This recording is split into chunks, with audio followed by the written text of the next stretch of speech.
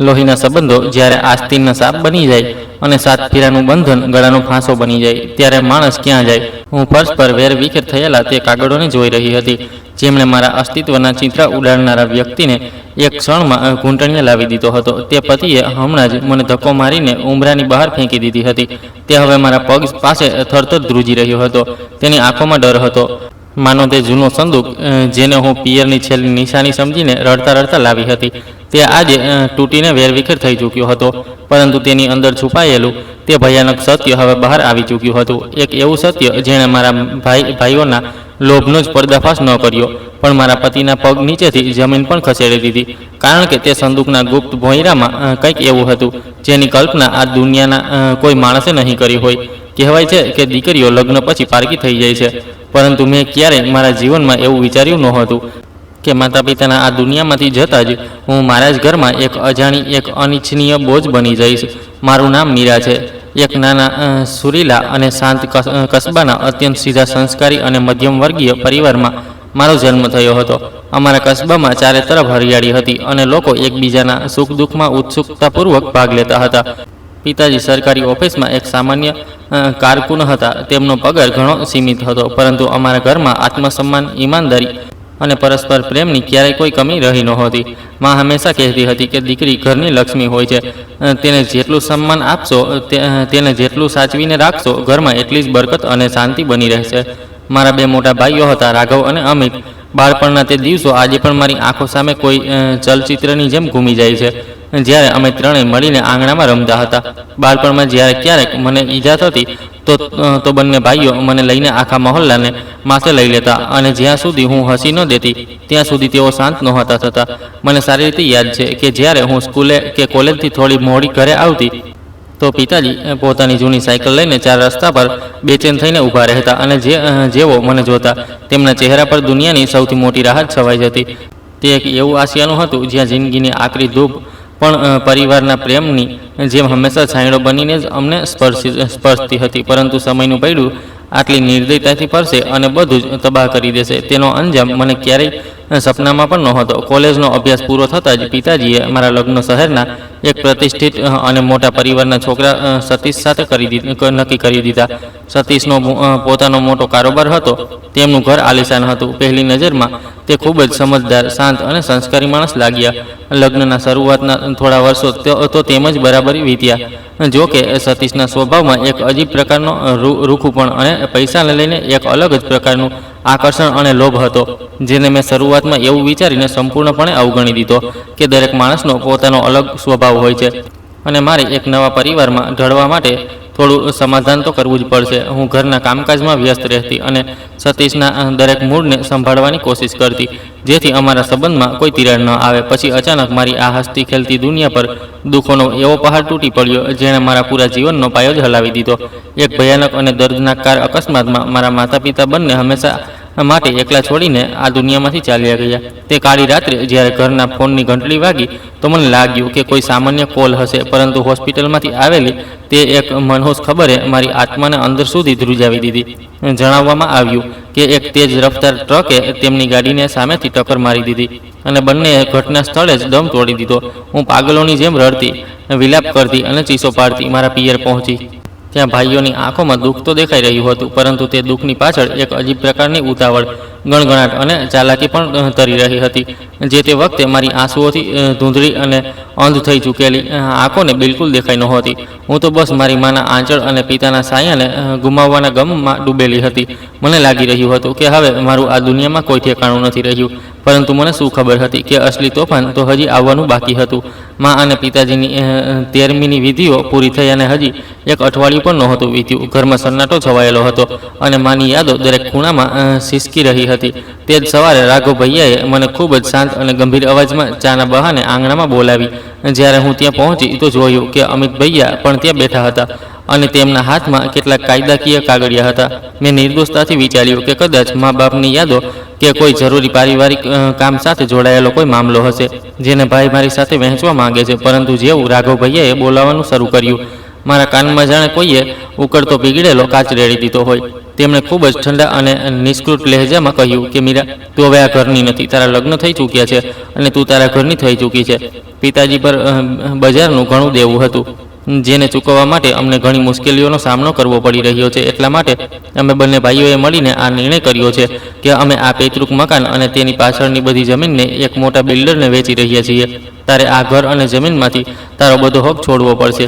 એટલે અમે આ કાગળિયા તૈયાર કરાવ્યા છે. તું બસ આના પર કોઈ સવાલ કર્યા વિના તારી સહી કરી દે. ભાઈઓની આ વાત સાંભળીને મને એવું લાગ્યું જાણે કોઈએ મને જીવતી જ મારી સમાધિ પર ઊભી કરી દીધી હોય. મારું માથું ચકરાવા લાગ્યું, મને પગ નીચેથી જમીન ખસી ગઈ. મેં ધ્રુજતા અને ડરમસ અવાજમાં ભાઈઓને કહ્યું કે ભૈયા, તમે આ શું કહી રહ્યા છો? આ પૈતૃક ઘર માત્ર ઈંટ, ગારા અને પથ્થરનું માળખું નથી. આ ઘરની એક એક દિવાલમાં, તેના ખૂણે ખૂણામાં અમારા દિવંગત મા બાપના શ્વાસ વસેલા છે, તેમની યાદો જોડાયેલી છે. તમે તેમની ચિતાની રાખ ઠંડી થાય તે પહેલાં આ ઘરને કેવી રીતે વેચી શકો છો? અને તમે મને આ ઘરમાંથી મારો હક છોડવાનું શા માટે કહી રહ્યા છો? શું હું આ પરિવારનો હિસ્સો નથી? શું મારા માતા પિતાની યાદો પર કોઈ અધિકાર નથી? મારા મોઢામાંથી આટલું સાંભળવું હતું કે અમિત ભૈયાનો ચહેરો અચાનક ભયંકર ગુસ્સાથી લાલ થઈ ગયો અને તેમની અંદરનો છુપાયેલો લોભ બહાર આવી ગયો. તેમણે ટેબલ પર જોરથી હાથ મારતા બૂમ પાડીને કહ્યું કે અમને વધારે કાયદા અને ભાવનાઓ ન શીખવ મીરા. આ દુનિયામાં બધું જ વ્યવહારિક થઈને વિચારવું પડે છે.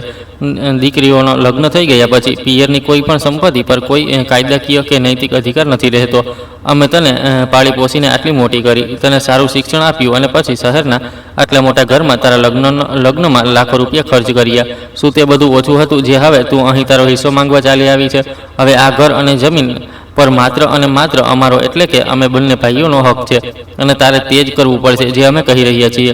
હું સ્થિર ઊભી હતી અને ત્યારે જ રૂમના ખૂણામાં બેઠેલા મારા પતિ સતીશ તરફ મેં આશાભરી નજરોથી જોયું. મને લાગ્યું કે મારો જીવનસાથી, મારો રક્ષક આ મુશ્કેલ અને અન્યાયી ઘડીમાં મારા સ્વાભિમાન માટે ઊભો થશે અને મારા ભાઈઓને સમજાવશે. પરંતુ જ્યારે સતીશે પોતાની જીભ ખોલી તો મારો બચ્યો ખૂચ્યો હોંસલો પણ તૂટીને વેરવિખેર થઈ ગયો. સતીશે ખૂબ જ ચાલાકી ભર્યા સ્મિત સાથે મારા ભાઈઓનો પક્ષ લેતા મને કહ્યું કે મીરા, તારા ભાઈઓ જે કહી રહ્યા છે તે બિલકુલ સાચું તો કહી રહ્યા છે. તું ખોટી રીતે ભાવનાઓમાં વહીને વાતને વધારી રહી છે.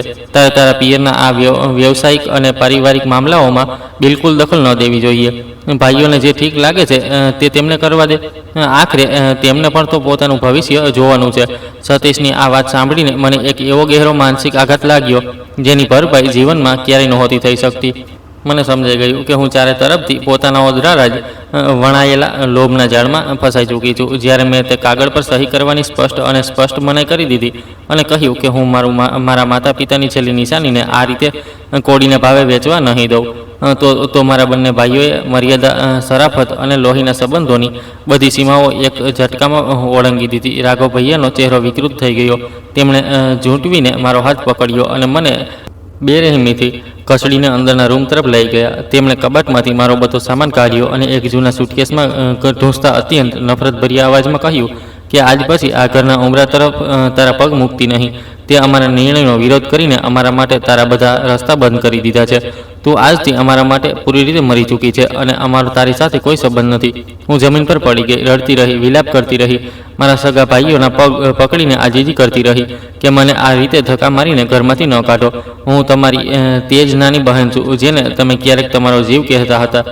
મા બાપના ગયા પછી ઓછામાં ઓછું આ ઘરની યાદોથી મને અલગ ન કરો. પરંતુ લોભ અને પૈસાની લાલસાએ તેમની અંદરના ભાઈને હંમેશા માટે મારી નાખ્યો હતો. તેઓ પથ્થર દિલ બની ચૂક્યા હતા અને મારી સિસકીઓની તેમના પર કોઈ અસર નહોતી થઈ રહી. રડતા રડતા જ્યારે મારો શ્વાસ રૂંઘાવા લાગ્યો તો અચાનક મારી ધૂંધળી નજર રૂમના એક ખૂણામાં ધૂંધળી ઢંકાયેલી માના એક ખૂબ જ જૂના લાકડાના સંદૂક પર પડી. તે સંદૂક બહુ જૂનો હતો. તેના પર પિત્તળના કાટ લાગેલા ખૂણા અને લોખંડની પટ્ટીઓ જકડાયેલી હતી. તે સંદૂક માને તેમના લગ્ન વખતે તેમના નાનાજીએ ખૂબ પ્રેમ અને આશીર્વાદ સાથે આપી હતી. મા હંમેશા તે સંદૂકને પોતાના છાતીએ લગાવીને રાખતી અને જ્યારે પણ તે ઉદાસ થતી તેની પાસે બેસી જતી હતી. તે અવારનવાર અમને કહેતી હતી કે આ સંદૂક મારી જિંદગીની સૌથી કિંમતી અમાનત છે. તેમાં મારી આત્મા વસે છે. મેં મારી ધ્રુજતી આંગળીઓથી તે સંદૂક તરફ ઇશારો કર્યો અને અમિત ભૈયાને રડતા કહ્યું કે ભૈયા, મને આ ઘરમાંથી, આ જમીન જાયદાદમાંથી કંઈ નથી જોઈતું. તમે બધું જ રાખી લો, મને ફૂટી કોળી પણ ન આપો. બસ મને માની આ છેલ્લી નિશાની, આ જૂની સંદૂક મારી સાથે લઈ જવા દો, જેથી મને લાગે કે મા મારી સાથે છે. અમિત ભૈયાએ ખૂબ જ ધૃણા અને નફરતથી તે ધૂળથી ખરડાયેલા સંદૂક તરફ જોયું. અને પગથી તેને થોડો ખસેડતા કહ્યું કે લઈ જા આ કબાટને અહીંથી. તેમ પણ આ સડી ગયેલું લાકડું અમારા કોઈ કામનું નથી અને તેને કબાડી પણ નહીં ખરીદે. મારી માનું આ અપમાન જોઈને મારું દિલ ચીરાઈ ગયું, પરંતુ મેં હિંમત કરી અને તે ભારે વજનદાર સંદૂકને એકલે હાથે મારા નબળા હાથોથી ઘસડવાનું શરૂ કર્યું. મારી આંખોમાંથી આંસુઓનો દરિયો વહી રહ્યો હતો, ગળું રૂંઘાયેલું હતું અને આત્મા કણસતી હતી. હું કોઈક રીતે તે સંદૂક ઘસડીને બહાર ઊભેલી સતીશની ગાડી સુધી લઈ આવી. સતીશ ચૂપચાપ ગાડી પાસે ઊભા રહીને સિગરેટ પી રહ્યા હતા અને તેમના ચહેરા પર મારી આ દુર્દશા જોઈને પણ જરા પણ કરસલી કે હમદર્દી નહોતી. હું ગાડીની પાછળની સીટ પર તે સંદૂક સાથે બેસી ગઈ અને જેવી ગાડી આગળ વધી, મેં બારીમાંથી મારી તે પૈતૃક ઘરને છેલ્લી વાર જોયું, જ્યાં મારું બાળપણ વીત્યું હતું, જ્યાં મારા બાપનું હાસ્ય ગૂંજતું હતું. તે ઘર હવે અમને અમારાથી હંમેશ માટે છૂટી રહ્યું હતું. આખા રસ્તે સતીશે મારી સાથે એક શબ્દ પણ ન કહ્યો. ગાડીની અંદરનો સન્નાટો એટલો ભયાનક હતો કે મને મારા પોતાના શ્વાસોના અવાજોથી પણ ડર લાગી રહ્યો હતો. સતીશનો ચહેરો ખૂબ જ સખત અને પથરાળ બની ગયો હતો અને તેમની આ ગહેરી ખામોશી એક અજીબ પ્રકારની નફરત, ચીડ અને ચાલાકીની ગંધ આવી રહી હતી, જે મને અંદરથી એક અજાણ્યા ડરથી ભરી રહી હતી. મને મહેસૂસ થઈ રહ્યું હતું કે પિયરમાંથી બેદખલ થવાની આ દુર્ઘટના માત્ર એક શરૂઆત છે અને મારા જીવનનો સૌથી કાળો અને ભયાનક અધ્યાય હવે શરૂ થવાનો છે, જેની ભયાનકતાથી હું સંપૂર્ણપણે અજાણ હતી. સાસરીના ઉંબરા પર જ્યારે મેં પહેલું પગલું મૂક્યું, ત્યારે મને લાગ્યું હતું કે કદાચ આ તે જગ્યા છે જ્યાં મારા આ આંસુ લૂછવામાં આવશે, જ્યાં મને મારા માતા પિતાને ગુમાવવાના ગમમાંથી બહાર આવવા માટે થોડોક સહારો અને હમદર્દી મળશે. પરંતુ નિયતિએ મારા ભાગ્યના પાના પર કંઈક બીજું જ ભયાનક લખી રાખ્યું હતું, જેનો અહેસાસ મને ત્યાં પગ મૂકતા જ થઈ ગયો. સાસરીના મુખ્ય દરવાજા પર મારી સાસુ કૌશલ્યા દેવી ઊભા હતા. તેમના ચહેરા પર એક વહુના સ્વાગતની કોઈ ખુશી કે મારા માતા પિતાના આકડા અવસાનને લઈને કોઈ હમદર્દી કે શોકનો ભાવ દૂર દૂર સુધી નહોતો. તેમની નજર સૌથી પહેલાં તે જૂના લાકડાના સંદૂક પર પડી, જેને હું મોટી મુશ્કેલીથી ઘસડીને લાવી હતી. તેમણે તરત જ પોતાની નાક સંકોચી ચહેરા પર ધૃણાના ભાવ લાવ્યા અને ખૂબ જ તીખા લહેજામાં ટોણો મારતા કહ્યું, ક્યારે મીરા પિયરમાંથી આ સડી ગયેલો જૂનો લાકડાનો કબાટ ઉઠાવીને કેમ લઈ આવી? શું તારા ભાઈઓએ તને વિદાય કરતી વખતે આ જ કબાટ પકડાવ્યો છે? કોઈ ધન દોલત, સોના ચાંદીના ઘરેણા કે જમીનના કાગળિયા તો તારા બંને ચાલાક ભાઈઓ પોતે જ ડકારી ગયા અને તને બેવકૂફ બનાવી આ કૂડો કચરો હાથમાં પકડાવી દીધો, જેને તું અહીં અમારા આલિશાન ઘરમાં સજાવવા માટે લઈ આવી છે. મારી સાસુના આ કડવા અને દિલને ચાળણી કરી દેનારા વ્યંગને મેં કંઈ પણ કહ્યા વિના માથું ઝુકાવીને ચૂપચાપ સહન કરી લીધો, કારણ કે તે વખતે મારી અંદર દલીલ કરવાની ન કોઈ તાકાત બચી હતી અને ન તો કોઈ ઈચ્છા.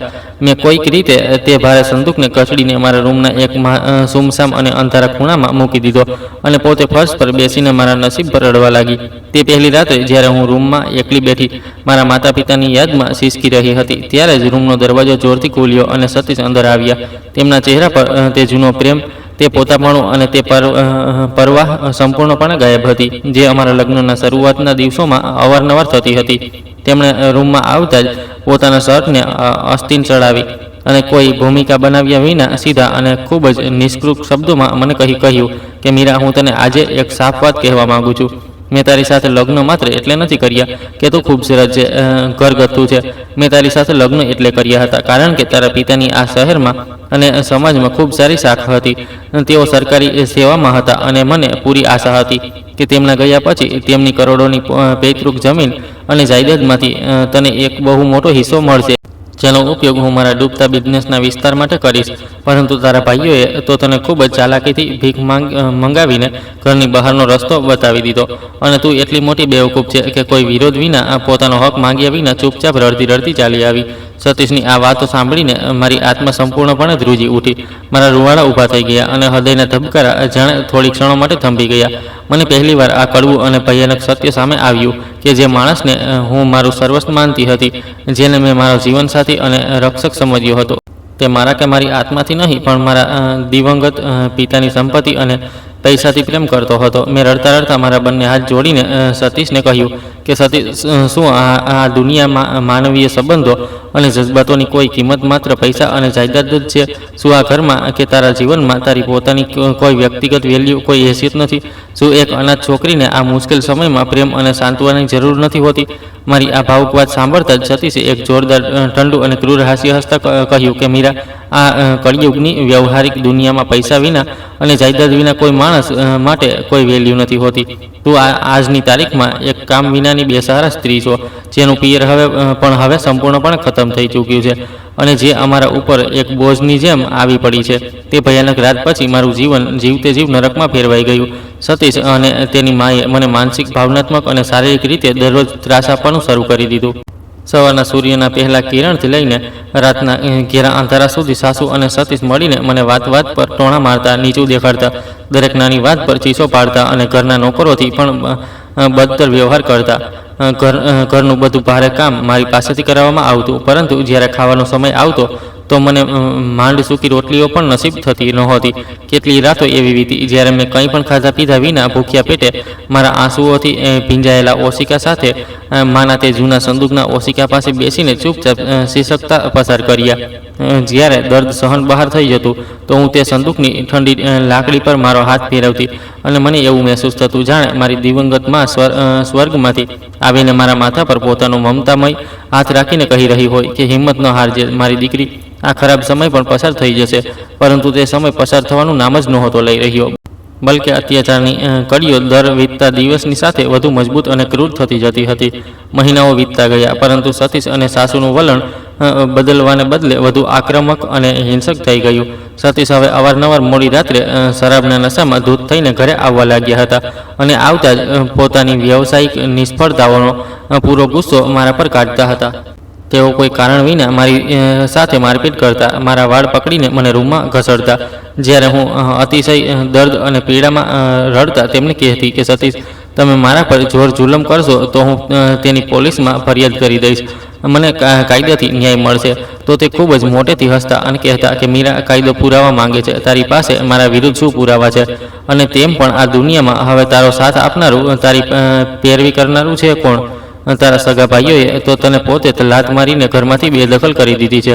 તેઓ પોતે તારા માટે ઊભા થવા કે કોર્ટની કચેરીના ચક્કર કાપવા નહીં આવે. તું સંપૂર્ણપણે અનાથ થઈ જઈશ અને આ સમાજમાં અનાથોની ચીસ અને અવાજને કોઈ સાંભળતું નથી.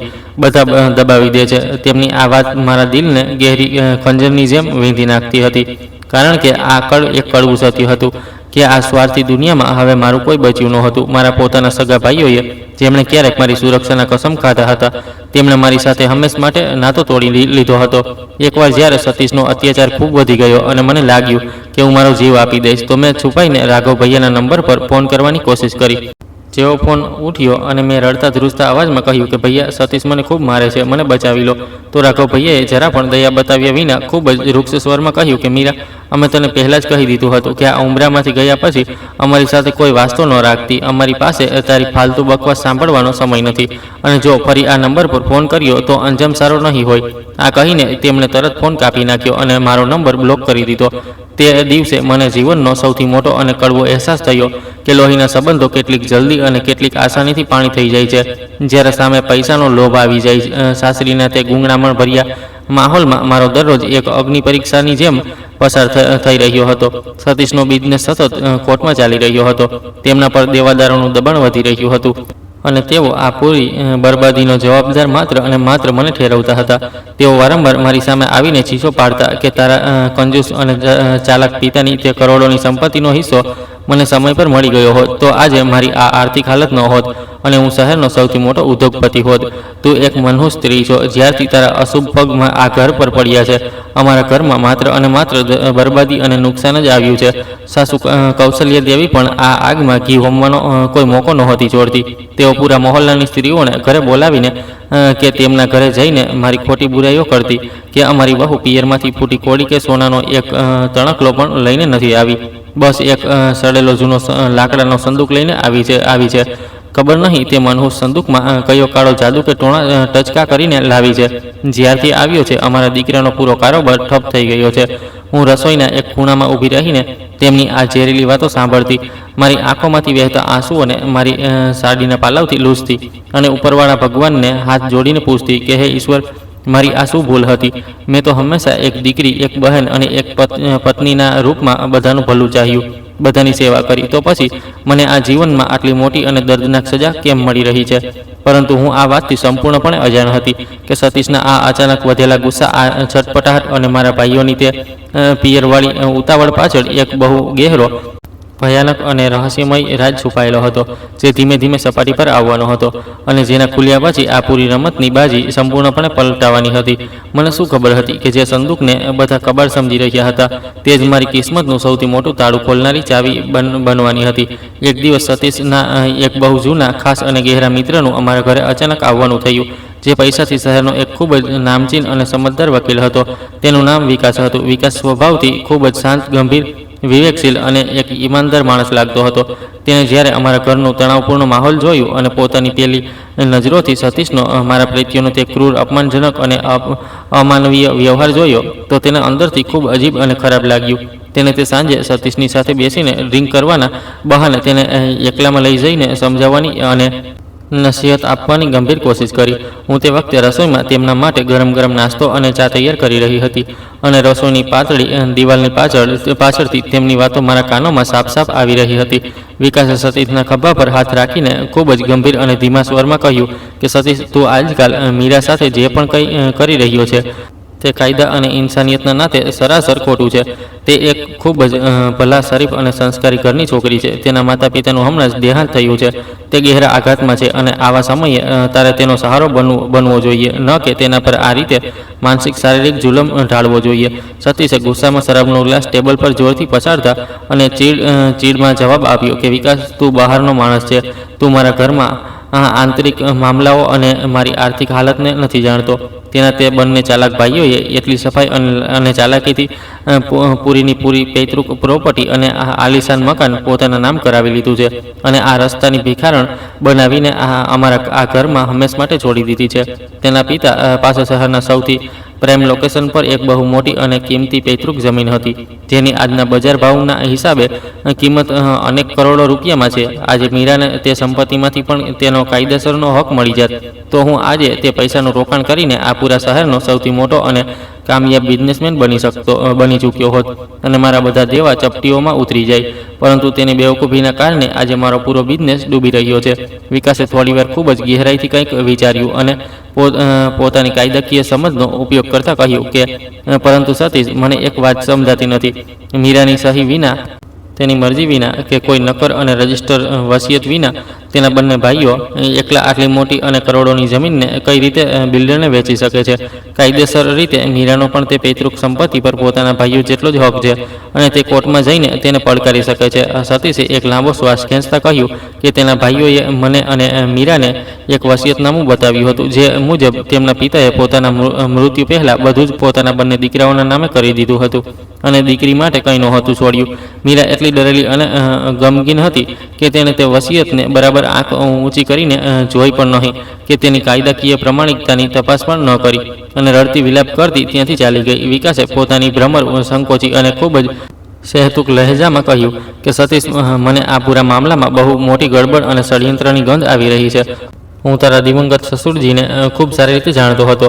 તેઓ ખૂબ જ ઈમાનદાર, નિયમ કાયદાને માનનારા અને એક ખૂબ જ દૂરંદેશી માણસ હતા. તેઓ પોતાની એકમાત્ર અને લાડકી દીકરીને આ રીતે દુનિયાના રહેમ કરમ પર બેસહારા અને ખાલી હાથે ક્યારેય ન છોડી શકે.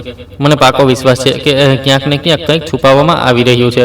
તારે એકવાર કાયદાકીય રીતે તે વસિયતની બારીકાઈથી તપાસ કરાવવી જોઈએ. વિકાસની આ વાત મારા દિમાગમાં કોઈ વીજળીની જેમ ગૂંજી ગઈ અને મારા દિલના કોઈ ખૂણામાં બેસી ગઈ.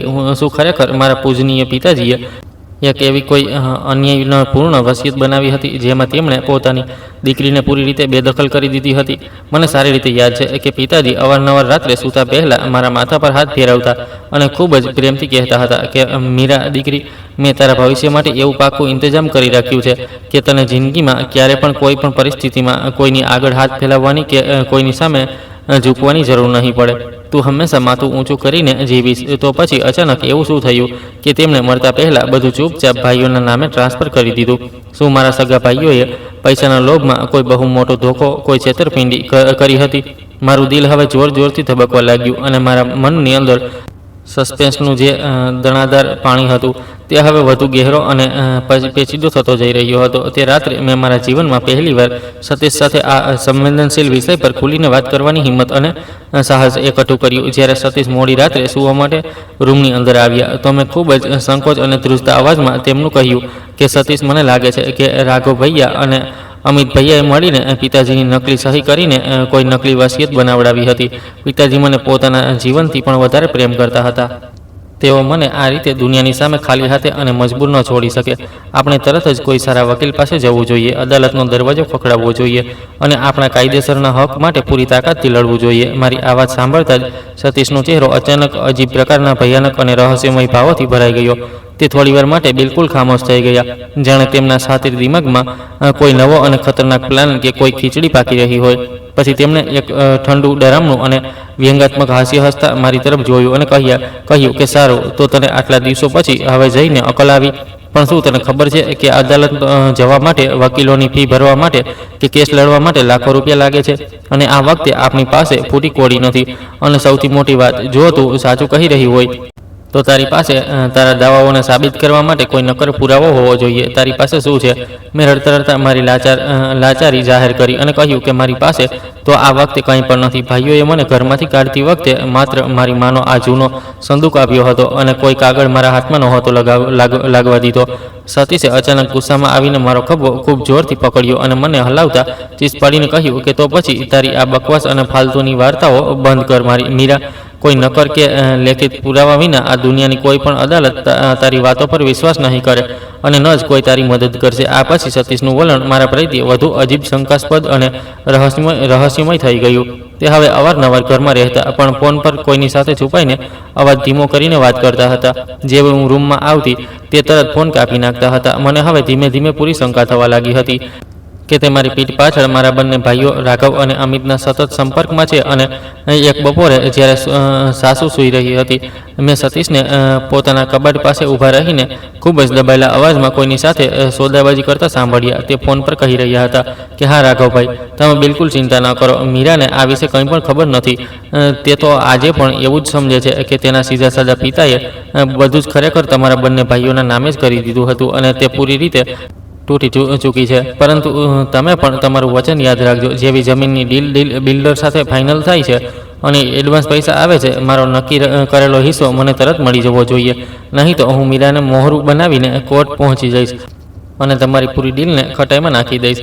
આ સાંભળતા જ મારા પગ નીચેથી જમીન હંમેશ માટે ખસી ગઈ અને આસમાન મારા માથે આવી પડ્યું. મારો પોતાનો સગો પતિ, જેને મેં 7 ફેરાના સાક્ષી માનીને મારા સર્વસ્વ સોંપ્યું હતું, તે મારા જ સગા ભાઈઓ સાથે મળીને મારા જ વિરુદ્ધ આટલી મોટી અને ઘૃણાસ્પદ સાજિશ રચી રહ્યો હતો. તે મને આ ઘરમાં ત્રાસિત અને પરેશાન માત્ર એટલે જ કરવા માંગતો હતો જેથી હું માનસિક રૂપથી પૂરી રીતે તૂટી જાઉં, અવસાદમાં ચાલી જાઉં અને ક્યારેય પણ મારા હક કે હિસ્સાની માંગ કરવાની હિંમત ન એકઠી કરી શકું. અને બદલામાં મારા લોભી ભાઈઓ તેને તે જમીનની કુલ કિંમતનો એક બહુ મોટો હિસ્સો ગુપ્ત રીતે આપવાના હતા. માનવીય સંબંધોનું આટલું બેહદ ઘૃણાસ્પદ અને સ્વાર્થી રૂપ જોઈને મારી આત્મા અંદરથી ચીસો પાડી ઉઠી. મને લાગ્યું કે હું દુનિયાની સૌથી ક્રૂર ભમરપુરીમાં ફસાઈ ચૂકી છું, જ્યાં કોઈ પણ મારો સાથ આપનારું કોઈ પણ પોતાનું નથી. હું તે ભયાનક રાત્રે રૂમના ખૂણામાં અંધારામાં રાખેલી માની તે જૂની સંદૂક પાસે જઈને ઘૂંટણીએ બેસી ગઈ અને તેને મારા બંને હાથોથી કસીને ગળે લગાવી લીધી. મેં તે ઠંડી બેજાન લાકડી પર મારું માથું મૂકી દીધું અને ખૂબ જ રડતા કહ્યું, માં, જો તારી લાડલી દીકરી આ સ્વાર્થી દુનિયામાં બિલકુલ એકલી અને અનાથ થઈ ગઈ છે. તેમની જમીન પર મેં સૌથી વધારે ભરોસો કર્યો. તે બધાએ મળીને મને ધોખો આપ્યો છે. હવે હું કોની પાસે જાઉં, ક્યાં જાઉં? મને તારી પાસે બોલાવી લે, માં. પરંતુ તે તૂટેલી લાકડીના સંદૂકની અંદર નિયતિનો જે સૌથી મોટો સસ્પેન્સ છુપાયેલો હતો, જે ટર્નિંગ પોઈન્ટ આવવાનો હતો, તેની આહટ હજી સુધી મારા કાનો સુધી નહોતી પહોંચી અને હું માત્ર મારા આંસુઓના સમુદ્રમાં ડૂબતી જઈ રહી હતી. દિવસો વીતતા ગયા અને મારા ઉપર થતા અત્યાચારની પરાકાષ્ઠા થઈ ગઈ. સતીશ અને તેના પરિવારને અંદરથી પાકો વિશ્વાસ થવા લાગ્યો હતો કે જમીનની મોટી ડીલ હવે થોડા જ દિવસોમાં ફાઇનલ થવાની છે. હવે તેના પછી તેમને પૈસાની કોઈ કમી નહીં રહે. તેમને લાગવા લાગ્યું હતું કે હવે તેમને મારી કોઈ જરૂર નથી અને તેઓ મને પોતાના રસ્તામાંથી હંમેશ માટે હટાવવાના બહાના શોધવા લાગ્યા હતા, જેથી સતીશ કોઈ બીજા મોટા ધનવાન ખાનદાનની છોકરી સાથે બીજી લગ્ન કરી શકે અને તેને વધુ મોટો દહેજ મળી શકે. ઘરની અંદર મારો શ્વાસ રૂંઘાવા લાગ્યો હતો. મને હર પળ એવું મહેસૂસ થતું હતું જાણે કોઈ અદૃશ્ય હાથ મારું ગળું દબાવી રહ્યો હોય અને હું એક જીવતી લાશ બનીને તે ઘરમાં ફરી રહી હતી. પછી તે મનહૂસ બપોર આવી જ્યારે આસમાનમાં સવારથી ઘેરા કાળા અને ડરામણા વાદળો છવાયેલા હતા અને બહાર ખૂબ તેજ ધોધમાર વરસાદની સાથે આંધી ચાલી રહી હતી. સતીશ ઓફિસથી ઘરે આવ્યા. તેમનો ચહેરો ગુસ્સાથી તમતમાયેલો હતો અને તેઓ ખૂબ જ વધારે તણાવમાં હતા. તેમનો બિઝનેસ પૂરી રીતે ઠપ થઈ ચૂક્યો હતો અને લેરદારો તેમના ઘરની બહાર ચક્કર કાપી રહ્યા હતા. તેમણે ઘરમાં પગ મૂકતા જ પોતાની પૂરી તાકાતથી બૂમ પાડવાનું શરૂ કરી દીધું કે મીરા ક્યાં મરી ગઈ? જલ્દીથી મારા માટે એક કપ કડક ચા લઈને આવ. હું ડરથી થરથર ધ્રુજતી રસોઈ તરફ ભાગી અને કોઈક રીતે ધ્રુજતા હાથોથી ચા બનાવીને કપ લઈને આવી. જેવો મેં ચાનો કપ તેમના સામે રાખેલા ટેબલ પર મૂકવાની કોશિશ કરી, સતીશે ગુસ્સામાં ઝંઝુજીને પોતાનો હાથ ત્યાં એટલી જોરથી ઝાટક્યો કે તેમનો હાથ મારા સીધા કપ સાથે ટકરાયો અને ઉકળતી ગરમ ચા ફર્શ પર ચારે તરફ ઢોળાઈ ગઈ. સતીશે આવ જોયું ન તાવ. તેઓ પોતાની જગ્યાએથી ઊભા થયા અને તેમણે પોતાની પૂરી તાકાતથી એક જોરદાર થપ્પડ મારા ડાબા ગાલ પર મારી દીધો. તે પ્રહારનો વેગ એટલો તેજ હતો કે હું પૂરી રીતે ચક્કર ખાઈને પથરા ફર્શ પર દૂર જઈ પડી. મારું માથું દિવાલના ખૂણા સાથે ટકરાયું અને મારા મોઢા તથા હોઠોની કિનારી પરથી લોહીની એક પાતળી ધારા વહીને ફર્શ પર ટપકવા લાગી. સતીશે મારી આ હાલત પર જરા પણ દયા બતાવ્યા વિના ચીસ પાડીને કહ્યું, તું એક નંબરની પનોતી છો મીરા. જ્યારથી તું આ ઘરમાં પત્ની બનીને આવી છે, અમારી જિંદગીમાં માત્ર અને માત્ર બદનામી અને આર્થિક નુકસાન જ આવ્યું છે. તારા તે બંને ભાઈઓની જમીનની કરોડોની જે ડીલ બિલ્ડર સાથે થવાની હતી તે પણ આજે કાયદાકીય પેચમાં ફસાઈને અટકી ગઈ છે, કારણ કે કોઈએ કોર્ટમાં જઈને તેના પર સ્ટે લગાવી દીધો છે. આ બધું તારી મનહોશિયતને કારણે થઈ રહ્યું છે. ત્યારે જ અવાજ સાંભળીને મારી સાસુ કૌશલ્યા દેવી પણ રૂમમાં આવી ગયા અને તેમણે આગમાં ઘી હોમતા સતીશને કહ્યું કે કાઢ આ ડાકણને આજે જ આપણા ઘરમાંથી બહાર. તેના પગ જ આપણા પરિવાર માટે પૂરી રીતે અશુભ અને વિનાશકારી સાબિત થયા છે. સતીશે મારી ચીસોને પૂરી રીતે અનસુની કરી દીધી. તેમણે ખૂબ જ બેરહેમીથી મારો હાથ પકડ્યો અને મને ફર્શ પર ઘસડીને અંદરના રૂમ તરફ લઈ ગયા, જ્યાં ખૂણામાં માની તે જૂની સંદૂક રાખી હતી. તેમણે નફરતભર્યા અવાજમાં કહ્યું કે આજે તારો આ ઘરમાં છેલ્લો દિવસ છે. તારો આ કબાડ અને બચ્યો ખૂચ્યો સામાન સમેટી લે અને રવાના થઈ જા અહીંથી હંમેશ માટે. મેં અતિશય દર્દ અને બેબસીમાં તડપતા તેમના પગ પકડી લીધા. મારા આંસુઓથી ભીની આંખો ઉપર ઉઠાવી અને આજીજી કરતાં કહ્યું કે સતીશ, મને માફ કરી દો. આ ભયાનક તોફાની અને અંધેરી રાતમાં હું એકલી સ્ત્રી ક્યાં જઈશ? બહાર આટલો તેજ વરસાદ અને આંધી ચાલી રહી છે. આ પૂરી દુનિયામાં હવે મારું કોઈ બીજું ઠેકાણું નથી. મારા ભાઈઓ મને પહેલાં જ છોડી ચૂક્યા છે. મને આ રીતે ન કાઢો. હું ઘરનું બધું કામ નોકરોની જેમ કરીશ. કોઈ ફરિયાદ કર્યા વિના એક અંધારા ખૂણામાં પડી રહીશ, પણ મને સહારો આપી દો. પરંતુ સતીશના દિલ પર તો જાણે પથ્થરની એક વિશાળ શિલા મુકાયેલી હતી. તેમના પર મારી આ લાચારીની સહેજ પણ અસર ન થઈ. તેમની નજર અચાનક રૂમના તે ખૂણામાં રાખેલી માની જૂની લાકડાની સંદૂક પર પડી, જેને જોઈને તેમની ચીડ વધુ વધી ગઈ. તેમણે ગુસ્સામાં પાગલ થઈને કહ્યું કે સૌથી પહેલાં તારા આ મનહૂસ અને કબાડ સંદૂકને ઘરમાંથી બહાર ફેંકવું પડશે. આ કહીને તેમણે તે ભારે વજનદાર સંદૂકને પોતાના હાથોથી ઉઠાવવાની કોશિશ કરી. સંદૂક પિત્તળની પટ્ટીઓ અને ભારે લાકડાથી બનાવેલો હોવાથી ખૂબ જ વજનદાર હતો, એટલે સતીશ તેને પૂરી રીતે ઉઠાવી ન શક્યા અને તેમણે સંજુનીને તેને પૂરી તાકાતથી પાકા ફર્શ તરફ એક જોરદાર ધક્કો આપી દીધો.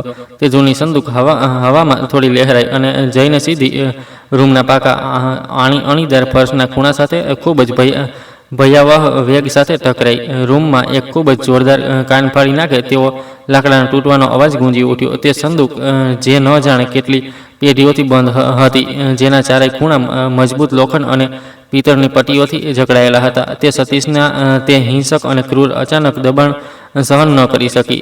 તેની જૂની સૂકી લાકડી વચ્ચેથી ચરમાઈને પૂરી રીતે તૂટી ગઈ. સંદૂકનું ઉપરનું ઢાંકણું તૂટીને અલગ પડી ગયું અને તેનો નીચેનો ભાગ પૂરી રીતે ફાટીને વિખેરાઈ થઈ ગયો. સંદૂકના આ રીતે અચાનક તૂટતા જ તેની અંદર રાખેલી માની જૂની સુતરાવ સાડીઓ, કેટલાક સુકાયેલા ગલગોટાના ફૂલોની માળાઓ, બાળપણના જૂના રમકડા અને અમારા પરિવારની કેટલીક ખૂબ જ જૂની તસવીરો ફર્શ પર ચારે તરફ વેરવિખેર થઈ ગઈ. સતીશે ખૂબ જ નફરત અને ઘમંડથી ભરેલા અવાજમાં તે વેરવિખેર સામાન તરફ જોયું અને હસતા કહ્યું કે જો આ સડેલા કચરા અને કબાડ માટે તું રાત દિવસ રડતી રહેતી હતી અને તેને તારી અમાનત કહેતી હતી. ચાલ, હવે બહુ નાટક થઈ ગયું. તું પણ તારો આ કચરો ઉઠાવ અને તરત આ ઘરમાંથી બહાર નીકળ. તે મને ફરી પકડીને બહાર ધક્કો મારવા માટે પોતાના પગ આગળ વધારવા જઈ રહ્યા હતા, પરંતુ ત્યારે જ મારી નજર ફર્શ પર વેરવિખેર થયેલા તે કાટમાળની વચ્ચે તે તૂટેલા સંદૂકના સૌથી નીચલા ભાગ પર પડી. જે જોયું કે સંદૂકના તળિયામાં લાકડાનું એક ખૂબ જ પાતળું અને બેવડું પડ બનાવવામાં આવ્યું હતું, જે બહારથી સામાન્ય રીતે જોવાથી બિલકુલ દેખાતું નહોતું. તે ખરેખર એક ખૂબ જ ચાલાકીથી બનાવેલો ગુપ્ત ભોંયરો હતો, જે સતીશનો તે જોરદાર ધક્કાથી લપટવાના કારણે અને લાકડીના ફાટવાના કારણે પૂરી રીતે ખુલીને સામે આવી ગયો હતો. તે ગુપ્ત ભોંયરાની અંદર એક રેશમી લાલ કપડું વીંટાયેલું હતું, જે સંદૂકના તૂટવાથી હટી ગયું હતું અને તેની અંદરથી કેટલાક ખૂબ જ ચમકદાર અને નવા કાયદાકીય દસ્તાવેજો, જેના પર સરકારી મહોર લાગેલી હતી, બહાર નીકળીને ફર્શ પર પૂરી રીતે વેરવિખેર થઈ ગયા હતા. તે દસ્તાવેજોના સૌથી ઉપરના ભાગો પર લાલ અને સોનેરી રંગની એક બહુ મોટી સીલ લાગેલી હતી અને તેના પર મારા સ્વર્ગીય પિતાજીના ખૂબ જ સ્પષ્ટ અને મોટા અક્ષરો સાફ દેખાઈ રહ્યા હતા, જેને જોતાં જ મારા દિલના ધબકારા એક ક્ષણ માટે પૂરી રીતે થંભી ગયા અને રૂમમાં સસ્પેન્સનું એક એવું ધન કોહરું છવાઈ ગયું, જેણે અમને બંનેને પોતાની જગ્યા પર પૂરી રીતે જળ કરી દીધા. સતીશની નજર પણ અચાનક ફર્શ પર વેરવિખેર થયેલા તે નવા ચમકદાર અને કાયદાકીય કાગળો પર પડી અને તેમના વધતા પગ ત્યાં જ થંભી ગયા. ફર્શ પર વેરવિખેર થયેલા તે વિચિત્ર અને વજનદાર દસ્તાવેજોમાં સૌથી ઉપર એક ખૂબ જ વિશેષ વસિયતનામું હતું અને તે પછી કેટલાક વધુ ખૂબ જ મહત્વપૂર્ણ ગોપનીય સરકારી ફાઇલો અને કાગળિયા હતા, જે પૂરી રીતે કાયદાકીય ભાષામાં લખાયેલા હતા. સતીશે ગુસ્સા, ઝુંઝુનાહટ અને ભારે ઉત્સુકતામાં આવીને તે કાગળિયાને ફર્શ પરથી એક ઝાટકામાં ઉઠાવી લીધા. તેમના દિમાગમાં કદાચ એવું જ ચાલી રહ્યું હતું કે આ પણ કોઈ જૂનો રદ્દી કાગળ કે મા બાપના સમયનો કોઈ જૂનો બિલ હશે, જેને હું સાચવીને રાખી રહી હતી. પરંતુ જેવા તેમણે તે મુખ્ય દસ્તાવેજોની પહેલી બે લીટીઓ વાંચી, તેમના પૂરા ચહેરાનો રંગ એક ઝટકામાં ઉડી ગયો. આંખોની કીકીઓ ફેલાઈ ગઈ અને તેમના હાથ પર થરથર ધ્રુજવા લાગ્યા. તેમના માથા પર ઠંડી, આંધી અને વરસાદ હોવા છતાં પરસેવાના મોટા મોટા ટીપા ઉભરી આવ્યા અને તેમનું ગળું પૂરી રીતે સુકાઈ ગયું. તેમની આંખો ફાટી રહી ગઈ અને તેઓ પાગલોની જેમ એક પાનું પલટતા જઈ રહ્યા હતા અને જેમ જેમ તેઓ પાના પલટતા રહ્યા તેમ તેમનો ચહેરો ડરના માર્યા સફેદ પડતો જઈ રહ્યો હતો, જાણે તેમને સાક્ષાત પોતાના સામે કોઈ ખતરનાક ભૂત કે પોતાના મોતનું વોરંટ જોઈ લીધું હોય. તેમની માં કૌશલ્યા દેવીએ સતીશની આ અચાનક બદલાતી અને ડરામણી હાલત જોઈને ખૂબ જ ગભરાયેલા સ્વરમાં પૂછ્યું કે અરે સતીશ, શું થયું તને? તું આ રીતે અચાનક કેમ ધ્રુજી રહ્યો છે અને તારો ચહેરો આટલો સફેદ કેમ પડી ગયો છે? શું લખ્યું છે આ રદ્દી કાગળોમાં જે તું આ રીતે જડ થઈ ગયો છે? પરંતુ સતીશના મોઢામાંથી કોઈ જવાબ ન નીકળ્યો. તેઓ પૂરી રીતે આવાક અને નિશબ્દ થઈ ચૂક્યા હતા. તેઓ બસ તે કાગળિયાને ટકટકી લગાવીને જોઈ રહ્યા હતા, જાણે તેમની વિચારવાની, સમજવાની શક્તિ પૂરી રીતે ખતમ થઈ ચૂકી હોય. મેં પણ મારી શારીરિક પીડા અને ઓઠોમાંથી વહેતા લોહીની પરવાહ કર્યા વિના ફર્શ પર બેઠા જ હિંમત એકઠી કરી અને તે વેરવિખેર થયેલા કાગળિયા તરફ મારી નજરો દોડાવી. તે કોઈ સાધારણ વસિયત કે જમીનોના ટુકડા વેચવાનો સામાન્ય દસ્તાવેજ નહોતો. તે ભારત સરકારના ગૃહ મંત્રાલય અને દેશના એક ખૂબ જ ઉચ્ચ સ્તરીય ગોપનીય ન્યાયિક વિભાગ દ્વારા જારી કરવામાં આવેલા વિશેષ અને અત્યંત ગોપનીય દસ્તાવેજો હતા, જેના પર રાષ્ટ્રીય પ્રતીક ચિહ્ન હતું. સતીશના મોઢામાંથી એક શબ્દ કે અવાજ નહોતો નીકળી શકતો. તેમના પગ ધ્રુજવા લાગ્યા. તેઓ ધીમે ધીમે બે ડગલા પાછળ હટ્યા અને અચાનક તેમના ઘૂંટણ પૂરી રીતે જવાબ આપી ગયા અને તેઓ ભારે અવાજ સાથે મારા સીધા ફર્શ પર ઘૂંટણીએ બેસી ગયા, બરાબર મારી સામે. તેમના હાથોની પકડ એટલી ઢીલી થઈ ચૂકી હતી કે તે બધા કાગળ તેમના હાથમાંથી છૂટીને ફર્શ પર વેરવિખેર થઈ ગયા. જે પતિએ હમણાં થોડી સેકન્ડ પહેલાં જ મને લાત અને ધક્કા મારીને આ તોફાની રાતમાં ઘરમાંથી બહાર ફેંકવાની ક્રૂર ધમકી આપી હતી, જે મને પૂરી રીતે અનાથ, લાચાર, અસહાય અને બેસહારા સમજીને છેલ્લા ઘણા મહિનાઓથી મારા પર અમાનવીય જુલમ ઢાળી રહ્યો હતો, તે હવે મારા પગની ઠીક પાસે ઘૂંટણીએ બેસી જાય છે અને તેમની આંખોમાં ખોફ, દહેશત અને આત્મલિંગાની શરમ અને પસ્તાવાનો એક એવો અજીબ મિશ્રણ હતો, જેને શબ્દોમાં વર્ણવી નહોતો શકાતો. તે મારી આંખોમાં આંખો નાખીને જોવાની હિંમત પણ નહોતો એકઠી કરી શકતો. તેનું માથું નીચે ઝૂકી ગયું હતું અને તેના પૂરા શરીરમાં એક અજીબ પ્રકારની થરથરાટ થઈ રહી હતી. પૂરા રૂમની અંદર એક ખૂબ જ ખોફનાક, ગહેરો અને શ્વાસ રૂંઘાઈ જાય તેવો સન્નાટો છવાઈ ગયો હતો. માત્ર બહાર બારીની પાર થઈ રહેલી ધોધમાર વરસાદ અને વાદળોના ગરજવાની ગરગરાટ સંભળાઈ રહી હતી. સસ્પેન્સ તેની ચરમસીમા પર પહોંચી ચૂક્યો હતો. રૂમમાં હાજર દરેક એક માણસના શ્વાસ થંભી ગયા હતા અને કોઈ સમજી નહોતું શકતું. સતીશે ખૂબ જ ધ્રુજતા, લથડતા અને ઉબકા આવતા અવાજમાં મારી તરફ હાથ જોડતા કહ્યું કે મીરા, મને માફ કરી દો, મારાથી બહુ મોટી અક્ષમ્ય ભૂલ થઈ ગઈ છે. મને ખરેખર નહોતી ખબર, મને આ ભયાનક હકીકતનો દૂર દૂર સુધી અંદાજ નહોતો. હું પૂરી રીતે હેરાન, સ્તબ્ધ અને આશ્ચર્યચકિત હતી કે આખરે આ સરકારી કાગળોમાં એવું શું છુપાયેલું છે જેણે એક જ ક્ષણમાં આ ક્રૂર, અહંકારી, હિંસક અને સ્વાર્થી માણસને મારા પગમાં લાવીને ઘૂંટણીએ ઊભો કરી દીધો. મેં મારી પૂરી આત્મશક્તિ અને હિંમતને એક જગ્યાએ એકઠી કરી, મારા વહેતા આંસુઓને રોક્યા અને ફર્શ પર પડેલા તે ભારે અને મોહરબંધ કાગળોને મારા ધ્રુજતા હાથોથી ઉઠાવી લીધા.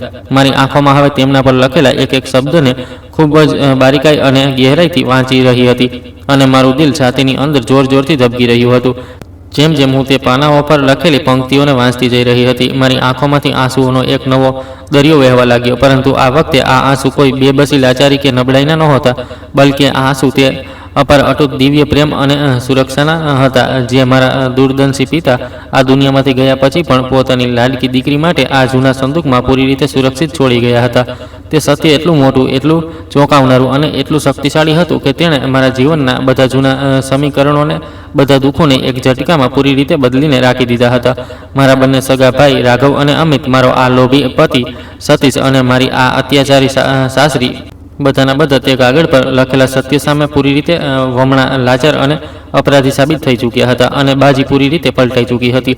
તે કાગળોમાં જે સત્ય છુપાયેલું હતું તે એટલું અકલ્પનીય હતું કે તેણે મારા પગ નીચેથી જમીન પૂરી રીતે ખસેડી દીધી અને મારા આંસુ રોકવાનું નામ નહોતા લઈ રહ્યા. ફર્શ પર વેરવિખેર થયેલા તે અધિકારિક પાનાઓમાં જે હકીકત નોંધાયેલી હતી તે એ હતી કે મારા સીધા સાદા અને સામાન્ય દેખાતા કારકુન પિતાજી ખરેખર એક સાધારણ સરકારી કર્મચારી નહોતા. તેઓ ભારત સરકારના ગૃહ મંત્રાલય હેઠળ કામ કરનારા એક ખૂબ જ ગોપનીય અને ઉચ્ચ સ્તરીય કેન્દ્રીય તપાસ એજન્સીના એક વિશેષ વિંગના વરિષ્ઠ ગુપ્તચર અધિકારી રહી ચૂક્યા હતા, જેમણે દેશની સુરક્ષા અને ગુપ્ત મિશનો માટે જવાનીભર પોતાની અસલી ઓળખને સમાજ અને અમારા બાળકોથી પૂરી રીતે છુપાવીને રાખી હતી.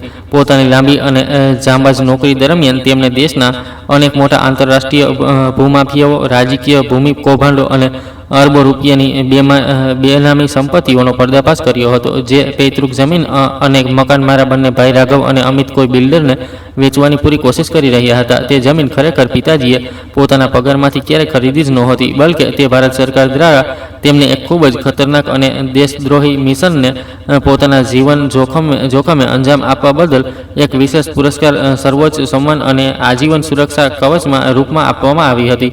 પરંતુ સૌથી મોટો અને દિલને ચીરી નાખનારો ટ્વિસ્ટ તે મુખ્ય વસિયતનામામાં છુપાયેલો હતો. પિતાજી એક ખૂબ જ દૂરંદેશી અને માનવીય ફિતરતને પારખનારા માણસ હતા. તેઓ સારી રીતે જાણતા હતા કે તેમના બંને દીકરા રાઘવ અને અમિત સ્વભાવથી ખૂબ જ લોભી, સ્વાર્થી, કપટી અને સ્વાર્થી છે. તેમને આ વાતનો પૂરો અંદેશો હતો કે તેમના આ દુનિયામાંથી ગયા પછી બંને દીકરા મારી માસૂમિયતનો ફાયદો ઉઠાવીને મારી જમીન, મારો હક અને મારા અસ્તિત્વને પૂરી રીતે હડપવાની કોશિશ કરશે અને મને રસ્તા પર છોડી દેશે.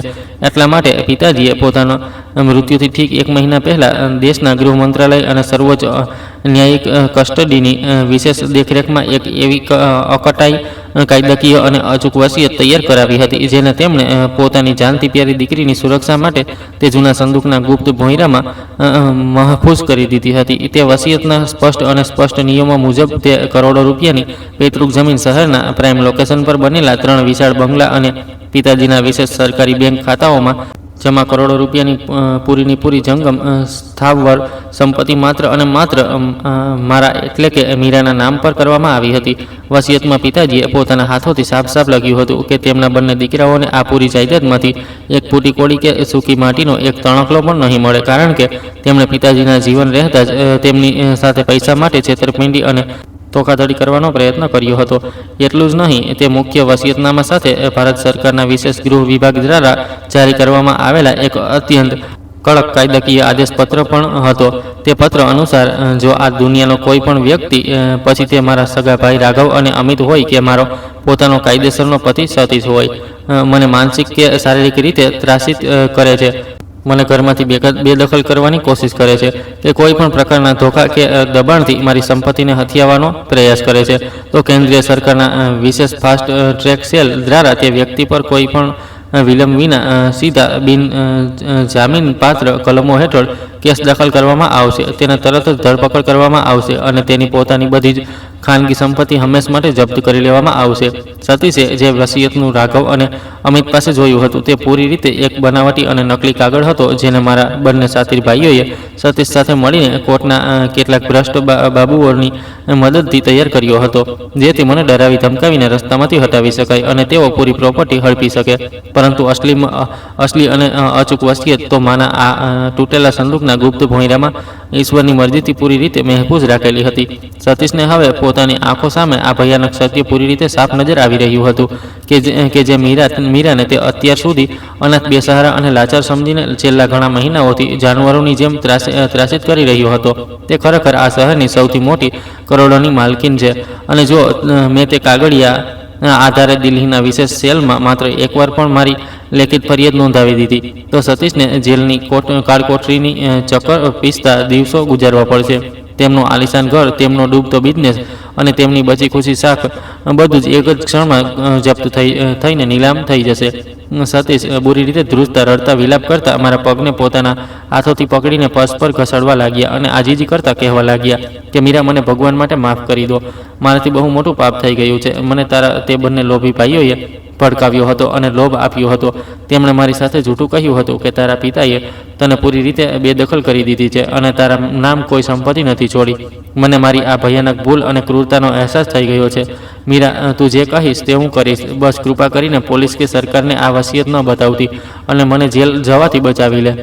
મેં ખૂબ જ શાંત અને ગંભીર થઈને મારા ચહેરા પરથી વહેતા આંસુઓને લૂછ્યા અને મારા પગથી સતીશના ધ્રુજતા હાથોને ખૂબ જ સભ્યતાથી પાછળ હટાવી દીધા. તે વખતે મારા મનની અંદર સતીશ કે મારા ભાઈઓ માટે ન તો કોઈ ગુસ્સો બચ્યો હતો, ન કોઈ નફરત હતી અને ન જ પ્રતિશોધની કોઈ ભાવના હતી. મારી અંદર માત્ર એક ખૂબ જ ગહેરો અપાર ખાલીપો છવાઈ ચૂક્યો હતો. મેં ફર્શ પર વેરવિખેર થયેલા તે બધા સરકારી અને કાયદાકીય કાગળોને ખૂબ જ સન્માન સાથે ફરીથી સમેટ્યા અને માની તે જૂની ધૂંધળી તસવીર શોધી કાઢી. મેં તે તસવીર પર જમા થયેલી ધૂળને મારી સાડીના પાલવથી સાફ કરી, તેને ચૂમી અને પોતાની છાતીને પૂરી તાકાતથી લગાવી લીધી. મને આજે આ વાતોનો સૌથી ગહેરો અને અતૂટ અહેસાસ થયો હતો કે મા અને પિતાજી આ દુનિયામાંથી શારીરિક રીતે ગયા પછી પણ પોતાની લાડલી દીકરીને ક્યારેય એકલી, બેસહારા અને મજબૂર નહોતી છોડી ગયા.